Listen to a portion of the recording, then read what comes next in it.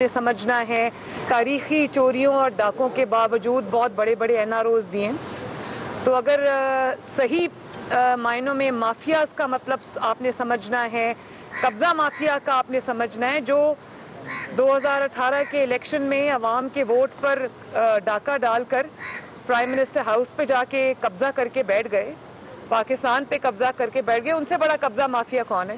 اور اس دن کے بعد سے پاکستان کی ایسی ڈاؤن فال شروع ہوئی کہ چاہے وہ آٹا ہو, چینی ہو, LNG ہو, چاہے وہ PIA ہو, کچھ بھی ہو, پاکستان کی گورننس ہو, پاکستان ہر جگہ پر ان کی جو گورننس ہے اس کے بڑے بڑے فیلیئرز ان کا منہ چڑھا رہے ہیں. اور اس کے بعد جو کرپشن کے سکینڈل سامنے آ رہے ہیں, میرا نہیں خیال کہ تاریخ میں کبھی بھی اتنے بڑے بڑے سکینڈلز اور قبضہ مافیا کے اتنی بڑی بڑی کہانیاں منظر عام پہ آئی ہیں. تو ابھی آپ میڈیا کو دباؤ میں لے آئیں, ابھی آپ اپنی جو لا انفورسمنٹ ایجنسیز ہیں, جو آپ کے احتساب کے ادارے ہیں, آپ ان کو آپ دباؤ میں لے آئیں. ایک دن تو آئے گا جب دودھ کا دودھ اور پانی کا پانی ہوگا, اور وقت قریب ہے انشاءاللہ. میڈم یہ بتائیں کہ حکومتی لوگ کہتے ہیں کہ جیسے PDM پہلے متحرک تھی. ایک سیکنڈ, میں ذرا PDM کی بات بعد میں کروں گی, پہلے میں یہ کر لوں کہ یہ جو کھوکھر برادران میرے دائیں بائیں کھڑے ہیں, میں آج میاں صاحب کے کہنے پر ان سے اظہار یکجہتی کے لیے آئی ہوں, اور میں یہ سمجھتی ہوں کہ بہت بڑی زیادتی ان کے ساتھ اس دن ہوئی. ان کی بہنوں کے بیٹیوں کے گھر گرائے گئے, اور آدھی رات کو دھاوا بولا انہوں نے, اور چادر چار دیواری کا جو تقدس تھا اس کو پامال کیا. کورٹ میں ان کا سٹے تھا, اس سٹے کے باوجود کون ہے وہ جس نے انتقام میں اندھا ہو کر وہ کورٹ کے آرڈرز کی دھجیاں اڑائیں؟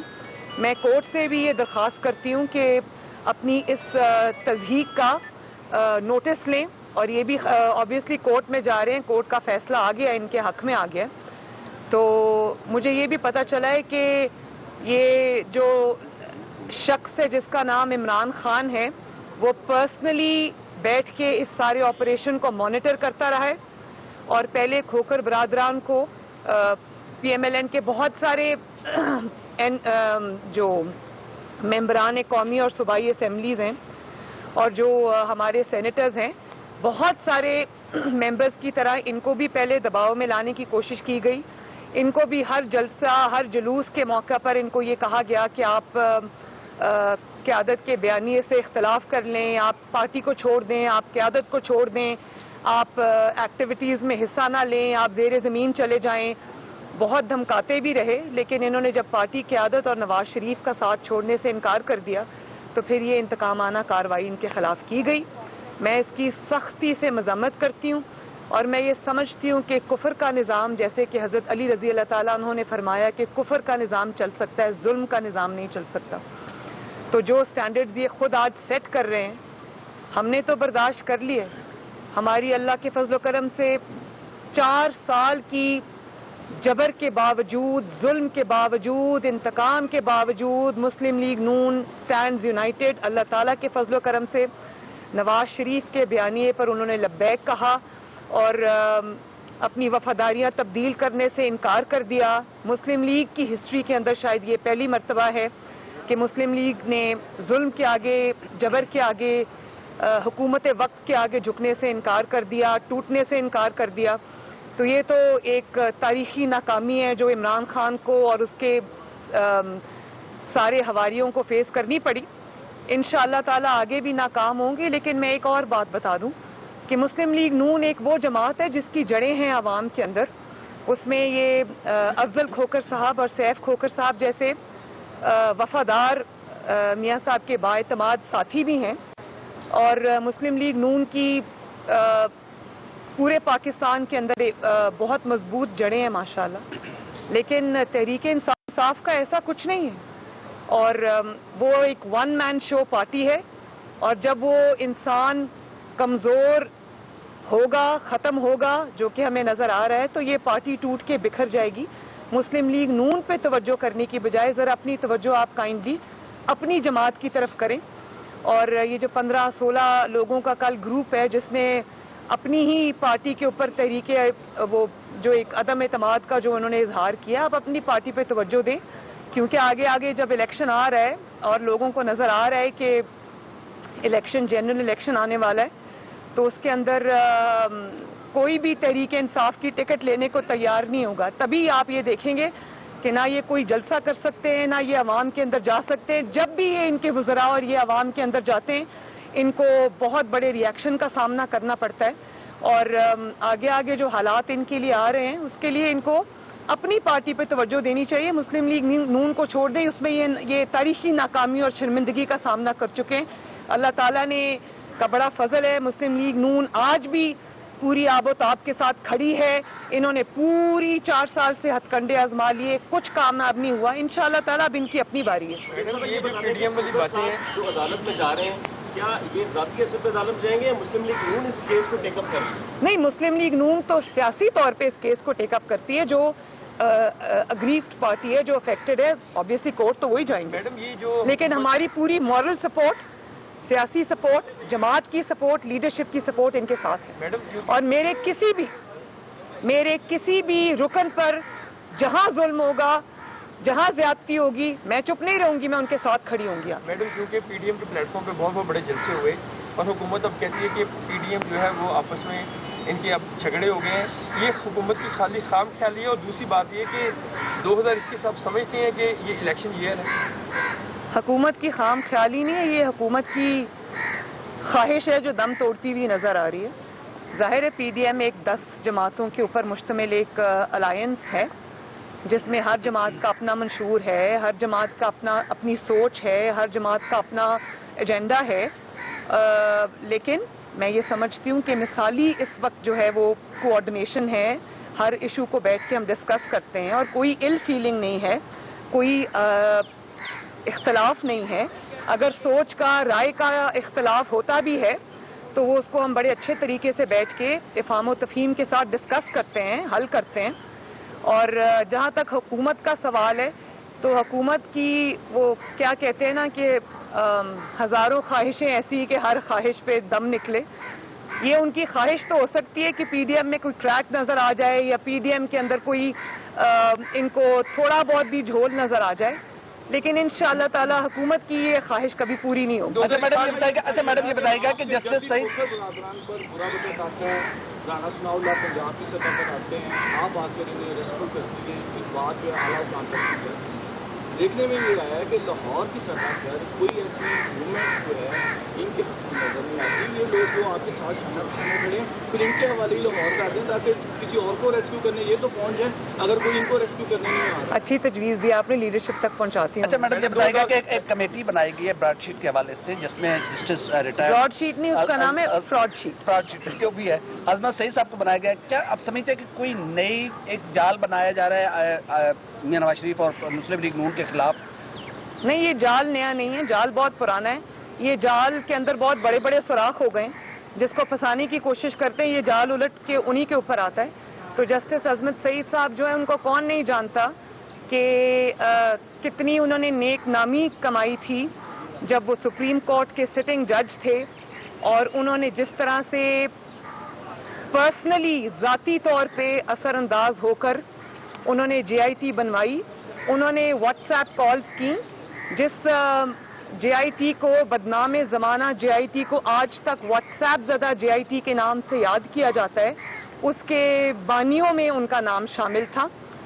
और उन्होंने पर्सनली व्हाट्सएप कॉल्स की और उन्होंने डिफरेंट जो महकमे थे जहाँ से उन्होंने अपने मेंबर्स लेने थे JIT के, तो उन्होंने अपनी ज़ाती पसंद नापसंद, वो लोग जो उनके ज़ेरे असर थे, जिनके साथ वो काम कर चुके हुए थे, जिनको वो समझते थे कि वो उनके मनपसंद फैसले देंगे, उनके इन्फ्लुएंस में हैं, उन्होंने ज़ाती तौर पे इदारों को व्हाट्सएप कॉल्स करके उनके नाम JIT में शामिल करवाए। तो वो जो एक मुंतखब हुकूमत के खिलाफ साजिश थी, एक मुंतखब वज़ीर-ए-आज़म के खिलाफ साजिश थी, उसमें वो बहुत बड़ा उसका हिस्सा थे, उसके कर्ता धर्ता थे। और उस वक्त वो जब ये चीज़ ओरिजिनेट की, ये ब्रॉडशीट वाली, उस वक्त वो नैब के ऑफिसर थे, नैब के ओहदे पे फाइज थे, वो उसके लाने वालों में से थे। तो जो शख्स इस सब चीज़ का जिम्मेदार हो, जो पाकिस्तान के अरबों रुपए जो हैं वो एक फ्रॉड की नज़र कर दिए गए। और क्या नाम है जी कल उनका जिसका स्टेटमेंट आया था, नहीं, फारूक आदम साहब। कल फारूक आदम साहब ने खुद ही कह दिया कि हमारे जो सारी वो $1 अरब का जो एक मुज़िका खेज एक इल्ज़ाम नवाज शरीफ पर लगा था बाकी सारे इल्ज़ामात की तरह, उसकी कलई उन्होंने खुद ही खोल दी। उन्होंने कहा जी वो स्पेकुलेशंस पे बेस्ड था। तो अब आप खुद ही सोच लें कि इन्होंने ये नवाज शरीफ को बदनाम करने के लिए एक नया स्कैंडल खोलने की कोशिश की थी, लेकिन उल्टा वो इनके सर पे पड़ गया। अभी तो इन्होंने बहुत सारे सवालात के जवाब देने हैं कि किस तरह ये पैसा अप्रूवल के बगैर, अवाम के इल्म में लाए बगैर रातों रात ये ट्रांसफ़र किया गया यूके की यूके में पाकिस्तानी हाई कमीशन के अंदर के अकाउंट में। और लंदन कोर्ट का फैसला आने से पहले इसको ट्रांसफ़र किया गया। पाकिस्तान के अवाम की जो खून पसीने की कमाई है, मैं उसकी बात कर रही हूँ, और इसलिए ट्रांसफ़र किया गया कि आओ और इसको जब्त कर लो, सिर्फ इसलिए कि आप ये नहीं बताना चाहते थे लोगों को कि नवाज शरीफ के खिलाफ जो JIT रिपोर्ट जिसके ऊपर ये बेस था वो गलत थी, और अगर ये हकायक सामने आ जाते तो नवाज शरीफ एग्जॉनरेट हो जाता। उसको एग्जॉनरेशन से बचाने के लिए आप और अपने आप को, अपने इल्ज़ामात को झूठा साबित होने से बचाने के लिए, अपने आप को शर्मिंदगी से बचाने के लिए आपने इतना बड़ी रकम पाकिस्तान के अवाम की आपने बर्बाद कर दी। और फिर ना सिर्फ ये कि बर्बाद कर दी, आपके हुकूमत के बड़े बड़े अफसरान वहाँ पे रेस्टोरेंट्स में बैठकर मौसवी साहब से कमीशंस मांग रहे थे। आपने वो तब भी नहीं बख्शा पाकिस्तानी अवाम के पैसे को। तो इन चीज़ों का हिसाब तो आपको देना चाहिए पड़ेगा। और कभी ऐसा हुआ है कि कभी किसी हाई कमीशन के इस तरह से अकाउंट्स जो है वो सीज हो जाएं? ये तो पाकिस्तान में जिस तरह ये मलेशिया में पहली मर्तबा जो वो लीज ना जमा होने की वजह से पाकिस्तानी तैयारे को कब्जे में ले लिया गया, वहाँ पे 166 जो हमारे पाकिस्तानी बहन भाई जो पैसेंजर्स थे उनको उसका खमियाजा भुगतना पड़ा। और जिस तरह अब यूनाइटेड नेशंस ने ये कह दिया है कि हमारे जो लोग हैं वो पाकिस्तानी एयरलाइंस पे PIA पे सफ़र नहीं करेंगे, इसी तरह आपने हर जगह पाकिस्तान को बदनाम करने में कोई कसर नहीं छोड़ी। लेकिन फ्रॉड शीट के में जितना बड़ा स्कैंडल सामने आया है, और आप अब देखें ये जिसको नालायक आज़म कहते हैं, उसने एक ट्वीट कर के बड़ी ज़ौक़ शौक़ से पहले ब्रॉडशीट को खोल रहे थे, जब पता चला कि ऊपर ही सर पे आ गई है, अपने ही मुंह पर आ गई है, तो ट्वीट की कि मेरा इससे कोई लेना देना नहीं है। आपका लेना देना है, आपको जवाब इसलिए देना पड़ेगा क्योंकि आप इस स्कैंडल के बावजूद उसके करता धरता को प्राइम मिनिस्टर हाउस में बुलाकर उनके साथ मीटिंग्स करते रहे। क्या उन मीटिंग्स में डिस्कस होता, ये आवाम को पता चलना चाहिए, और इंशाअल्लाह ताला एक दिन ये हकायक सामने आएंगे। जस्टिस अजमत सईद साहब की जहाँ तक आपने बात की, वो शौकत खानम के बोर्ड के मेंबर्स में से हैं, तो ऑब्वियसली जिन्होंने नवाज शरीफ के खिलाफ जो भी साजिश में शामिल रहा है उसको वाजिद ज़िया साहब की तरह और बाकियों की तरह उसको रिवॉर्ड करना तो ज़रूरी है। तो ये अगर रिवॉर्ड करने के लिए किया है तो जो साजिश का एक बहुत बड़ा एलिमेंट है, अगर आप उसी को अपने खिलाफ तहकीकात करेगा, क्योंकि वो तो इसमें शामिल रहे। तो मेरा तो ख्याल है कि इज्जत से जस्टिस अजमत सईद साहब को इससे रिक्यूज़ करना चाहिए अपने आप को, और उनको ये कहना चाहिए कि मैं क्योंकि खुद इसमें इन्वॉल्व हूँ इसलिए आप मुझे स्पेयर करें, वरना पाकिस्तान की आवाम के सामने फिर कुछ और हकायक जो कि उस वक्त शायद हम नहीं ला सके सामने, फिर वो हमें लाने पड़ेंगे। किस तरह जस्टिस अजमत साहब ने पर्सनली उस वक्त की जो मुस्लिम लीग नून की हुकूमत थी उसके ऑफिसर्स को किस तरह से पर्सनली इन्होंने बुला के डरा के धमकाने की कोशिश की और क्या क्या मैसेजेस दिए, फिर वो तो कौम के सामने चीज़ लानी पड़ेगी हमें। तो बेहतर है अपने आप को रिक्यूज़ करें। मैडम अब अज़म एतमाद से हुकूमत जाएगी। एक बीच में प्रेस कॉन्फ्रेंस की, उन्होंने इन हाउस तब्दीली की बात की है, क्या नून लीग भी इन हाउस तब्दीली को सपोर्ट करती है? दूसरी ये तरीका कि कराची में शादी है बख्तावर की, क्या आपको बुलाया गया और आप जाएंगे वहाँ पर निर्देशन है?